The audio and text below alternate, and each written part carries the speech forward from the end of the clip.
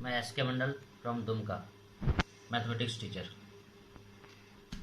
Corona virus के लिए चूँकि सभी लोग क्लास नहीं आ पा रहे हैं और हम भी आप लोगों को क्लास नहीं दे पा रहे हैं, जिसके कारण हम जो ना आप लोगों को कुछ सिखाने जा रहे हैं semester BSc math honours semester 4 में। इसमें चूँकि 3 पेपर होता है, जिसमें 4 बुक्स हैं। पहला बुक्स है वेक्टर एनालिसिस, दूसरा में आता है स्टैटिक्स और डायनेमिक्स, और तीसरा में आता है पार्शियल डिफरेंशियल इक्वेशन। तो हम आप लोगों को आज सिखाने जा रहे हैं partial differential equation YouTube channel में, आपका अपना YouTube channel. Partial differential equation में जनरली दो ऑर्डर होता है, फर्स्ट ऑर्डर और सेकेंड ऑर्डर, जो आपके सिलेबस में है। फर्स्ट ऑर्डर मतलब एक बार डिफरेंशिएट करना है, सेकेंड ऑर्डर मतलब 2 बार डिफरेंशिएट करना है। हम आप लोग को आज सिखाने जा रहे हैं सेकेंड ऑर्डर के बारे में। सेकेंड ऑर्डर का मतलब है 2 बार डिफरेंशिएट करना है। कैसे फर्स्ट ऑर्डर होता है, क्या सेकेंड ऑर्डर है, थोड़ा सा देख लिया जाए। इंट्रोडक्शन के तौर पर हम आपको आज सिखा रहे हैं। सबसे पहले हम लोग मान लेते हैं जेड एक फंक्शन है जो एक्स वाई पर निर्भर करता है, इसलिए हम लोग उसको कहते हैं Z is function of X Y. Z is dependent variable, X and Y are independent variable. तो उसी जेड को हम लोग डिफरेंशिएट करना है, डी लगा देंगे तो इसको पार्शियली डिफरेंशिएट करेंगे तो डेल जेड बटे del X into D X plus del Z बटे del Y into D Y, और डेल जेड बटे डेल एक्स को हम लोग कहते हैं स्मॉल पी, डेल जेड बटे डेल वाई को कहते हैं स्मॉल क्यू। इसी स्मॉल पी और स्मॉल क्यू को एक बार डिफरेंशिएट किया गया है, जो यहाँ लिखा हुआ है, इसको कहते हैं हम लोग partial derivative of first order. इसी को फिर से हम लोग एक बार डिफरेंशिएट कर देंगे तो वो कहलाएगा सेकेंड ऑर्डर, जैसा कि नीचे लिखा हुआ है।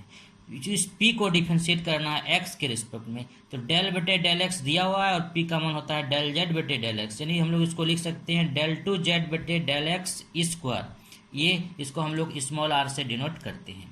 सिमिलरली जिस प्रकार हमने p को किया है x के रिस्पेक्ट में, उसी p को हम लोग अगर y के रिस्पेक्ट में डिफरेंशिएट करेंगे तो डेल बटे डेल वाई डेल जेड बटे डेल एक्स दोनों को मिला देंगे तो हो जाएगा डेल टू जेड बटे डेल वाई डेल एक्स।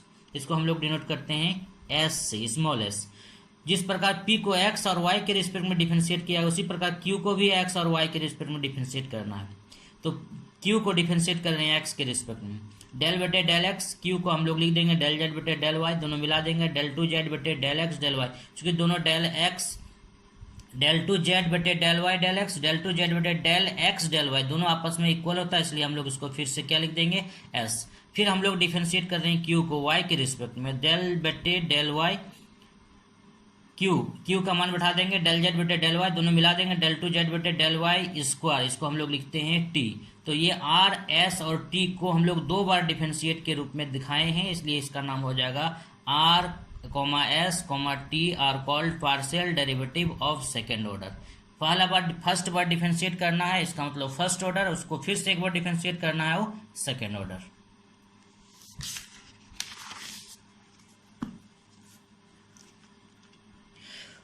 इसमें जो है मुख्यतः आपको 2 चैप्टर के बारे में पढ़ना है, partial differential equation with constant coefficient, और दूसरा है मोंजेज मेथड।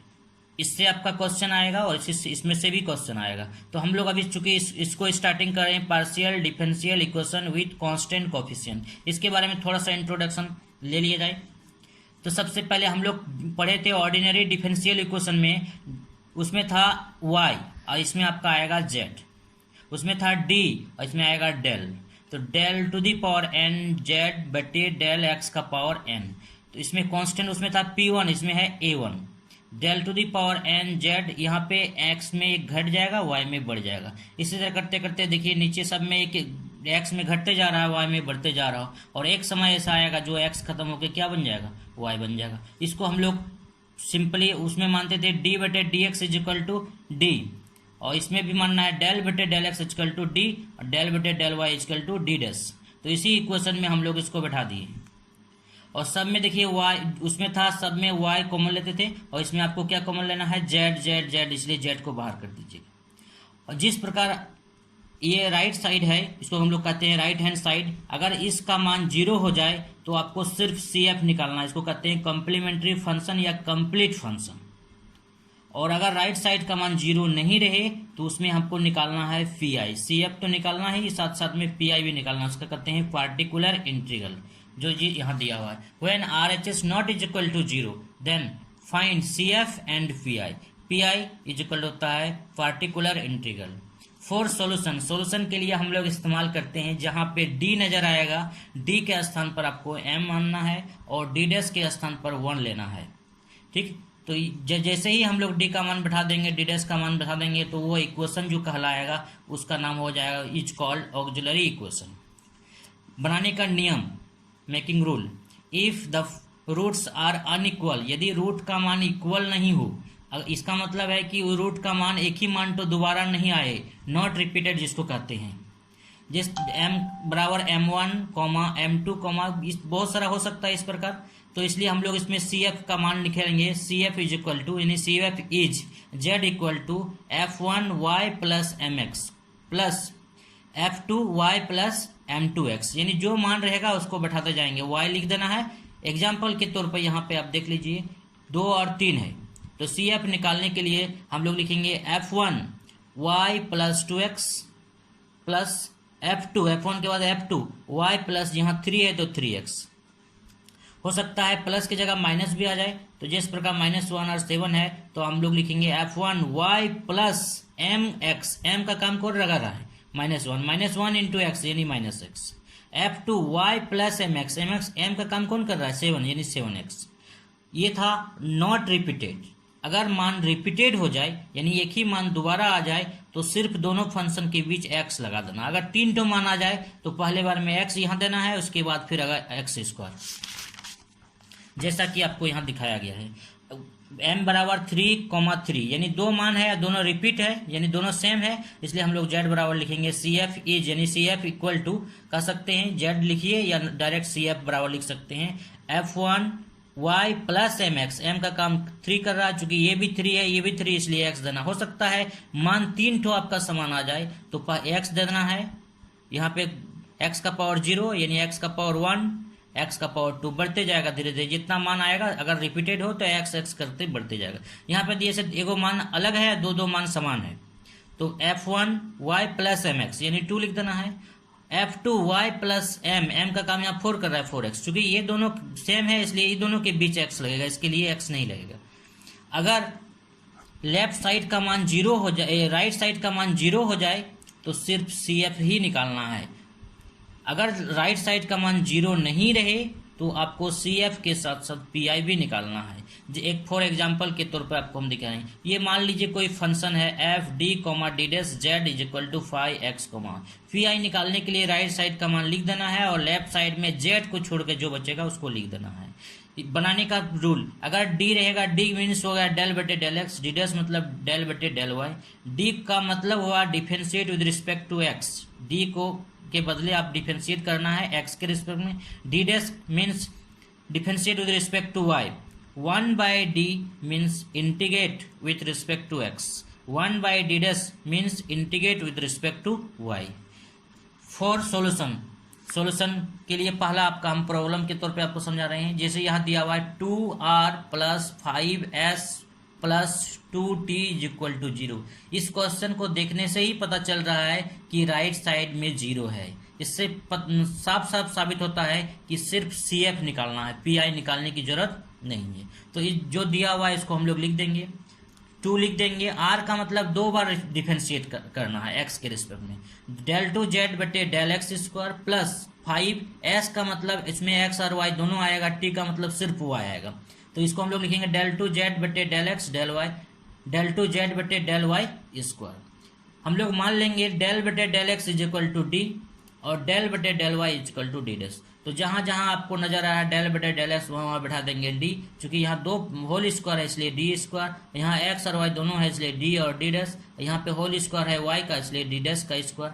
हम लोग उसका ऑक्सिलरी इक्वेशन के लिए डी बराबर m पुट करते हैं और डी डैश बराबर 1, तब हम लोग ऑक्सिलरी इक्वेशन जो लिखेंगे ये auxiliary equation 2m square plus 5m into 1 plus 2 into 1 का स्क्वायर, 1 का स्क्वायर 1 ही होता है इसलिए 2 लिख दिया गया बराबर 0। z को नहीं देना है।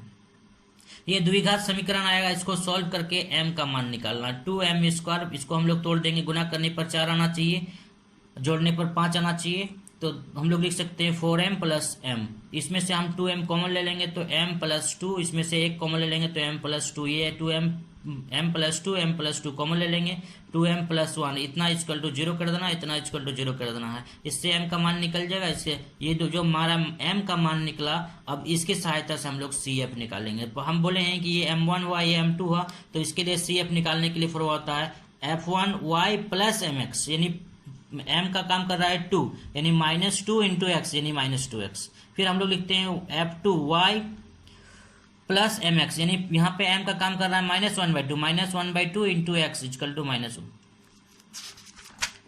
अगला question number 2, r equal to इस प्रकार दिया हुआ है a²t। हम इसको जो है इसमें भी इसको ले सकते हैं लेफ्ट साइड, तो कितना मेरा आ जाएगा। देखिए तो r equal to a²t, r का मतलब हुआ 2 बार डिफरेंशिएट करना है x के रिस्पेक्ट में, s का मतलब हो गया उसमें x के रिस्पेक्ट में भी और y के रिस्पेक्ट, t मीन्स सिर्फ y के रिस्पेक्ट में।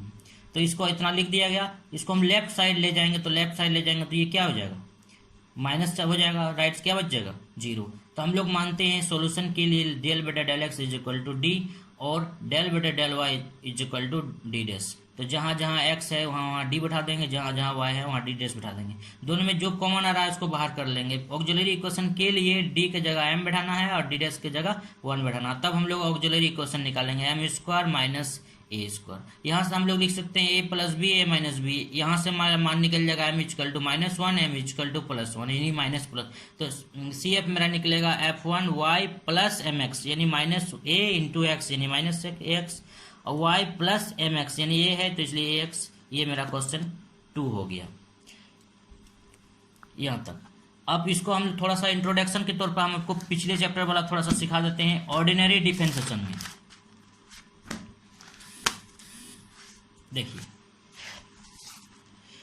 जो आप लोग ऑर्डिनरी डिफरेंशियल कैलकुलस यानी ऑर्डिनरी डिफरेंशियल इक्वेशन में आप लोग पढ़े थे CF और PI, उसमें था अगर m का मान m1 और m2 होता है तब CF निकालने के लिए लिखते थे c1 e to the power mx, c1 e to the power mx plus c2 e to the power m2x। जैसा कि एग्जाम्पल के रूप में दिया हुआ है 2 और 3, तो हम लोग लिखते थे c1 e to the power 2x plus c2 e to the power 3x, जो रहेगा उसको लिखते थे।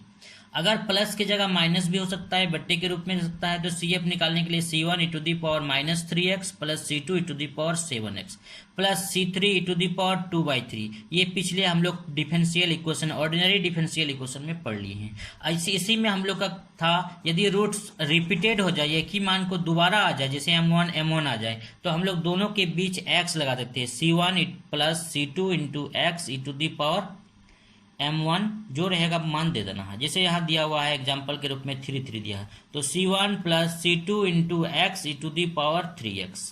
तो हो सकता है कि इसमें भी x लगा सकते हैं, इसमें भी x लगा सकते हैं, दोनों में से किसी में भी आप x को लिख सकते हैं। जैसे यहाँ 4 मान दिया है, चारों रिपीटेड है, तो c1 plus c2 into X plus c3 into X, और जितना पावर रहेगा e टू दी पावर। और इसमें और उसमें अंतर सिर्फ इतना है, इसमें लिखना है आपको, यदि m बराबर मान लीजिए 3 रहा, ऑर्डिनरी में CF इज इक्वल टू लिखते थे c1 plus c2 into x e to the power 3x। और पार्शियल में आपको लिखना है, यदि m बराबर 3 रहे तो CF is z is equal to f1y plus 3x plus x f2y plus 3x। ये ऑर्डिनरी के लिए हो गया, ये पार्शियल के लिए, दोनों में सिर्फ इतना अंतर है, इसमें c1 लिखा जाता था, इसमें f1 f2 लिखा जाता है। आज के लिए यहीं तक, फिर कल मिलेंगे हम लोग। बहुत बहुत धन्यवाद।